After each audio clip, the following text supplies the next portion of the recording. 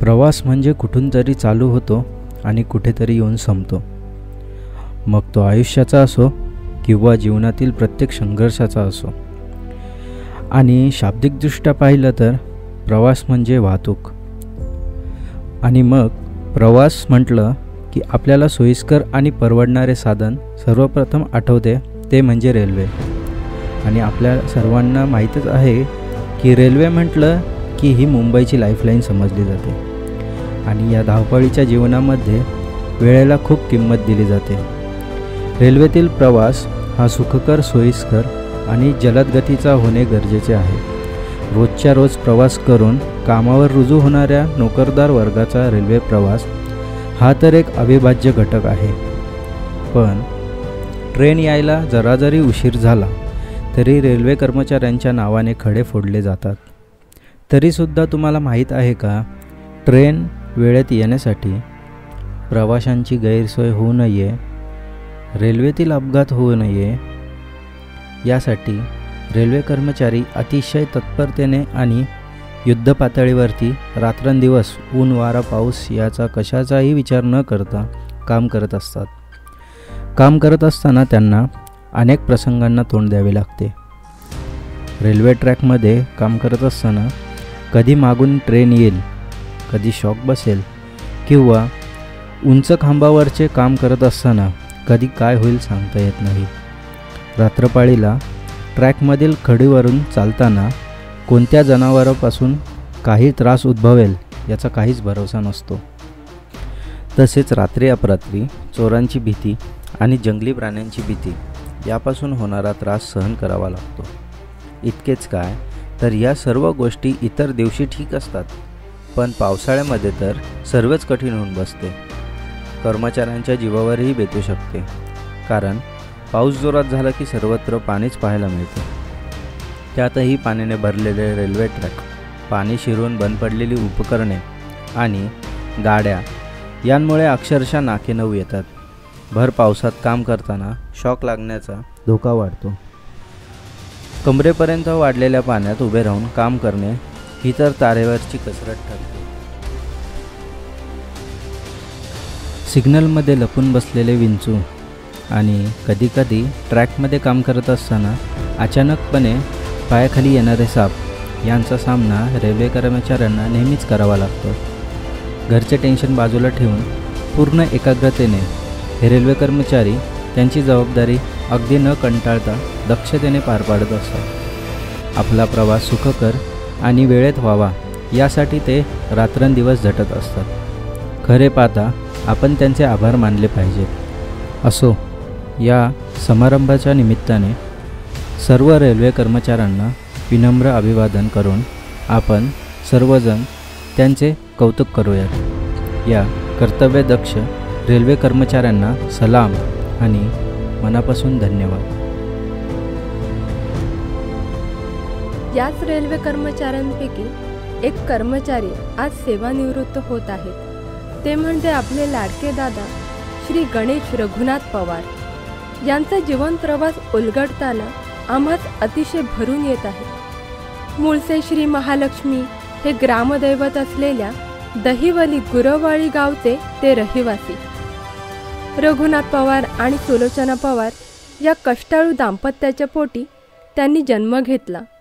परिस्थिती हलाखीची, त्यात मोठे कुटुंब असल्याने शिकत असतानाच श्री गणेश पवार यांना त्यांच्या कुटुंबियांना मासेमारी व्यवसाय, गणपती डेकोरेशन, हेअर क्लिप बनविणे, शेतीची कामे करणे अशा इतर उपजीविकेच्या साधनांचा पोट भरण्यासाठी आधार घ्यावा लागत असे.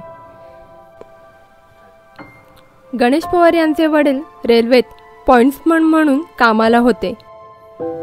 तोपर्यंत कुटुंबाचा खर्च जेमतेम भागत असे.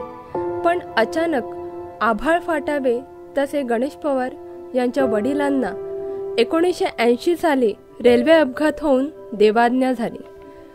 अचानक आलेल्या या संकटाने कोसळून न जाता पवार कुटुंबाने सर्व परिस्थितीला धैर्याने तोंड दिले. गणेश पवार यांच्या आई सुलोचना पवार या खचून न जाता पुन्हा दृढ निश्चयाने उभ्या राहिल्या. आणि त्यांनी आपले कुटुंब सावरले. मोठा मुलगा म्हणून कुटुंबाची जबाबदारी घेत गणेश पवार हे 1982 साली वडिलांच्या जागेवर लोणावळा येथे खलाशी म्हणून कामावर रुजू झाले. त्यावेळी त्यांचे वय केवळ 18 वर्षे होते. 196 रुपये हा मिळालेला पहिला पगार त्यांना आजही आठवतो. इतक्या कमी पगारात घर चालविणे कठीण जात असतानाही खचून न जाता त्यांनी आपली वाटचाल पुढे चालू ठेवली. सुरुवातीला लोणावळा, कर्जत आणि मग बदलापूर अशी त्यांची बदली होत गेली. आयुष्याची सुरुवात नव्याने करताना पवारसाहेबांना साथ लाभली ती कविता या गुणी आणि कष्टाळू पत्नीची. 2 जून 1986 रोजी गणेश पवार यांच्या आयुष्यात ती मंगल घटिका आली आणि गणेश व कविता ही जोडी एकमेकांची सुखेदुःखे वाटून घेण्यासाठी लग्नबंधनात अडकली गेली. दोघांचा संसार सुखाचा झाला. तो एकमेकांवर असलेल्या प्रचंड विश्वासासोबत आणि विश्वासाचं फलस्वरूप म्हणून आज त्यांचं सहजीवन एका यशस्वी टप्प्यावर येऊन पोचले. एकमेकांच्या साथीने शून्यातून सुरू झालेल्या या संसारात त्यांना 4 अपत्य प्राप्त झाले. मुलांचे पालनपोषण करण्यासाठी मासेमारी आणि गणपती डेकोरेशन करणे हे जोड व्यवसाय त्यांनी पत्नीच्या साहाय्याने चालूच ठेवले. बदलापूरला काम करत असताना 10 वर्षांनी त्यांना पदोन्नती प्राप्त झाली आणि ते हेल्पर म्हणून काम करू लागले. पवारसाहेब त्यांच्या कामाशी नेहमीच प्रामाणिक राहिले. त्यांच्या उत्कृष्ट आणि प्रशंसनीय कामाबद्दल 1996-97 साली मंडळ रेल्वे प्रबंधक DRM अवॉर्ड व प्रशस्तीपत्रक देऊन त्यांना गौरवण्यात आले. तसेच 15 वर्ष भोई समाजाचे खजिनदार हे पद सांभाळत ते सामाजिक कार्यातही सक्रिय राहिले. फळाची अपेक्षा न करता आपल्या प्रामाणिक कष्टाने आपण असाध्य गोष्टीही साध्य करू शकतो हा आदर्श त्यांनी उभा केला. पुढे 2007 मध्ये गणेश पवार C ग्रेडची परीक्षा पास झाले आणि 25 वर्षांनी त्यांची पदोन्नती झाली. बदलापूरला काम करीत असताना त्यांना 7 आणि 9 नंबर गेट हे सेक्शन देण्यात आले होते. अनेक कठीण प्रसंगांना तोंड देत त्यांनी आपली सेवा अविरत सुरू ठेवली. गणेश पवार यांना बदलापूरला लाभलेला सर्व स्टाफ छान होता. आठवणींना उजाळा देत ते सांगतात की म्हैसकर साहेब, स्टेशन मास्तर कुलकर्णी साहेब, आंत्रेवाले साहेब, अजित सर, उपाध्ये साहेब यांच्याकडून त्यांना मोलाचे मार्गदर्शन मिळत गेले.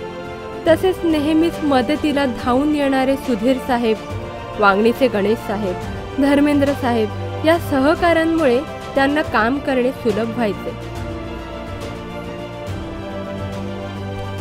वेळोवेळी रेल्वेतून मिळणारे प्रशिक्षण गणेश पवार यांनी एका प्रामाणिक विद्यार्थ्यासारखे मन लावून पूर्ण केले. पुढे 23 सप्टेंबर 2019 रोजी पवारसाहेब B ग्रेडची परीक्षाही पास झाले आणि त्यांची पदोन्नती झाली. त्यामुळे त्यांची बदली होऊन कारकिर्दीची उरलेली 4 वर्षे त्यांनी नेरळला पूर्ण केली. नेरळला काम करत असताना गणेश पवार यांना 20 आणि 22 नंबर गेट तसेच माथेरान हे सेक्शन देण्यात आले होते. त्यांनी त्यांचे काम चोख बजावत आपली जबाबदारी नेटाने पार पाडत त्यांना दिले गेलेले सेक्शन व्यवस्थित सांभाळले. पण यात मोलाचा वाटा आहे तो म्हणजे श्री सागर साहेबांचा. गणेश पवार यांना त्यांच्याकडून खूप काही शिकावयास मिळाले. कधी कोणतीही अडचण अचानक उद्भवल्यास सागर साहेबांना अगदी कोणत्याही वेळेस फोन केला तरी साहेब अजिबात न चिडता योग्य तो सल्ला देण्याचे, कर्मचाऱ्यांना मार्गदर्शन करण्याचे काम ते करत असतात. साहेबांनी केलेल्या या मार्गदर्शनामुळेच गणेश पवार यांना कारकिर्दीच्या सरत्या काळात मोलाची मदत झाली. त्याकरिता सागर साहेबांचे विशेष आभार. प्रगतीपथावर वाटचाल करत असताना पुढे 20 मार्च 2020 रोजी पुन्हा गणेश पवार यांची पदोन्नती होऊन त्यांना A ग्रेड प्राप्त झाली. कोरोनासारख्या संकटाच्या काळातसुद्धा आपल्या वयाचा विचार न करता गणेश पवार यांनी कर्जत नेरळ येथे काम सुरू ठेवून आपले कर्तव्य पूर्ण केले. नेरळचाही संपूर्ण स्टाफ त्यांना खूप छान मिळाला असे ते सांगतात.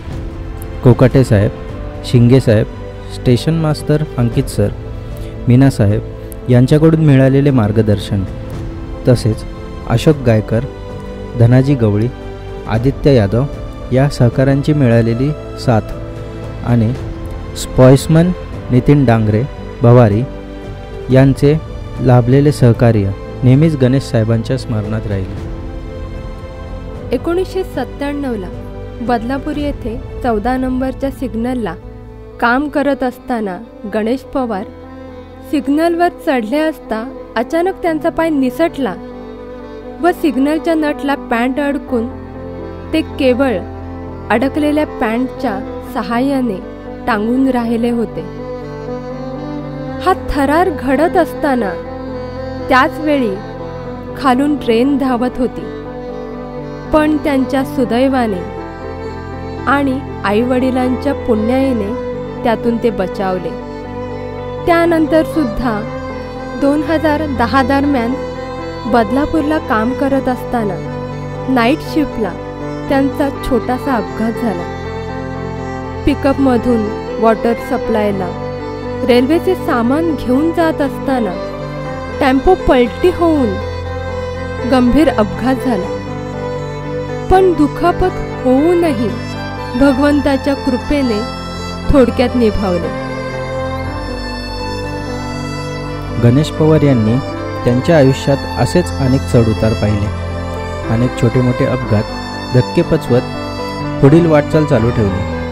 घरच्या लोकांकडून मिळालेली पाठबळ, नातेवाईकांची साथ, मित्रपरिवार, भावावर प्रेम करणाऱ्या आणि अडीअडचणींना धावून येणाऱ्या बहीण भावंडांमुळे कोणत्याच संकटांना न डगमगता मोठ्या कष्टाने ते आपली प्रगती करत राहिले. 41 वर्षाच्या या कारकिर्दीत ते स्वतःशी व आपल्या कामाशी प्रामाणिक राहिले व काम करत असताना ट्रेन तसेच ट्रेनमध्ये बऱ्याचदा महागड्या वस्तू, पैसे, दागिने सापडत असत, परंतु 1 रुपयाचाही अफरातफर न करता प्रामाणिकपणे ते वस्तू ऑफिसमध्ये जमा करत असत. मदतीच्या आशेने दारात उभा राहिलेल्या याचकालाही त्यांनी कधीच रिकाम्या हातांनी परत पाठविले नाही. त्यांना जमेल तशा स्वरूपात ते सढळ हातांनी परतफेडीची अपेक्षा न करता लोकांना मदत करत राहिले. पवार साहेबांनी फक्त पैसाच नाही तर नाव कमावले, आपली म्हणावी अशी माणसे कमावली. आपण एका उच्च पदावर काम करत असताना मासेमारी कशी करावी याची लाज त्यांनी कधीच बाळगली नाही. आपली हस्तकला आणि चित्रकला या विषयात असणारी आवड त्यांनी डेकोरेशनचा व्यवसाय करत जपली. पोटापाण्यासाठी केलेला उद्योग, उपजीविकेसाठी केलेली नोकरी तुम्हाला जगवते, पण कलेशी झालेली मैत्री ही तुम्हाला का जगायचं हे सांगून जाते. या पु ल देशपांडे यांच्या ओळी गणेश पवार यांच्या आयुष्यात अगदी सार्थ ठरतात. सातत्याने पाठीशी उभे राहणारे, कुटुंबातील लग्न कार्य असो व कोणताही समारंभ असो, अगदी कठीण प्रसंगातही कुटुंबाचाच एक भाग असल्यासारखे मोलाची साथ देणारे, आपले जीवाभावाचे लाडके गुरवाळीतील नवतरुण मित्रमंडळाचे सर्वच सदस्य यांचे समस्त पवार कुटुंबियांकडून मनपूर्वक आभार. अत्यंत साधे राहणीमान असणाऱ्या गणेश पवार यांना एका गोष्टीची प्रचंड प्रमाणात आवड आहे, ती म्हणजे नातवंडांसोबत वेळ घालवणे. नातवंडांसोबत खेळण्यासाठी, त्यांचे लाड पुरवण्यासाठी ते त्यांची आतुरतेने वाट बघत असतात. कामाच्या व्यापातून त्यांना मिळालेले हे आनंदाचे क्षण ते खऱ्या अर्थाने जगतात आणि जगतात सुद्धा. आपल्या लेकी नातवंडे सुखी असल्याचे पाहून या उतारवयात ते आता निश्चिंत आहेत. 31 डिसेंबर 2023 हा पवार साहेबांच्या सेवानिवृत्तीचा दिवस. तब्बल 41 वर्ष 1 महिना 12 दिवसाची प्रदीर्घ सेवा यशस्वीरित्या पूर्ण केल्याचा विशेष आनंद आहे. त्यांचा हा प्रवास आज पुन्हा मागे फिरून बघताना तो त्यांच्या डोळ्यासमोर तरळत असेल. सुन्या सुन्या मैफिलीत अंधार दाटला होता, भूतकाळातील आठवणींना आज पाझर फुटला होता. आयुष्यभर इतरांसाठी जगत राहिलात, आता घ्या थोडा विसावा आणि करा थोडा आराम. स्वतःसाठी जगा आणि कष्टाला द्या पूर्ण विराम. अखंड सावली बनून राहिलेली तुमची पत्नी आणि तुमचे बालपण जिवंत करणारी नातवंडे यांच्यासोबत व्यतीत करा उर्वरित जीवन. नवा गंध, नवा आनंद निर्माण करीत प्रत्येक क्षण यावा. नव्या सुखांनी, नव्या वैभवांनी आनंद द्विगुणित व्हावा. नशीबवान असतात ते लोक ज्यांच्या डोक्यावर वडिलांच्या आशीर्वादाचा हात असतो. अशा आमच्या बाबांना 60 निमित्त व सेवानिवृत्तीच्या मनपूर्वक शुभेच्छा. हॅपी बर्थडे बाबा.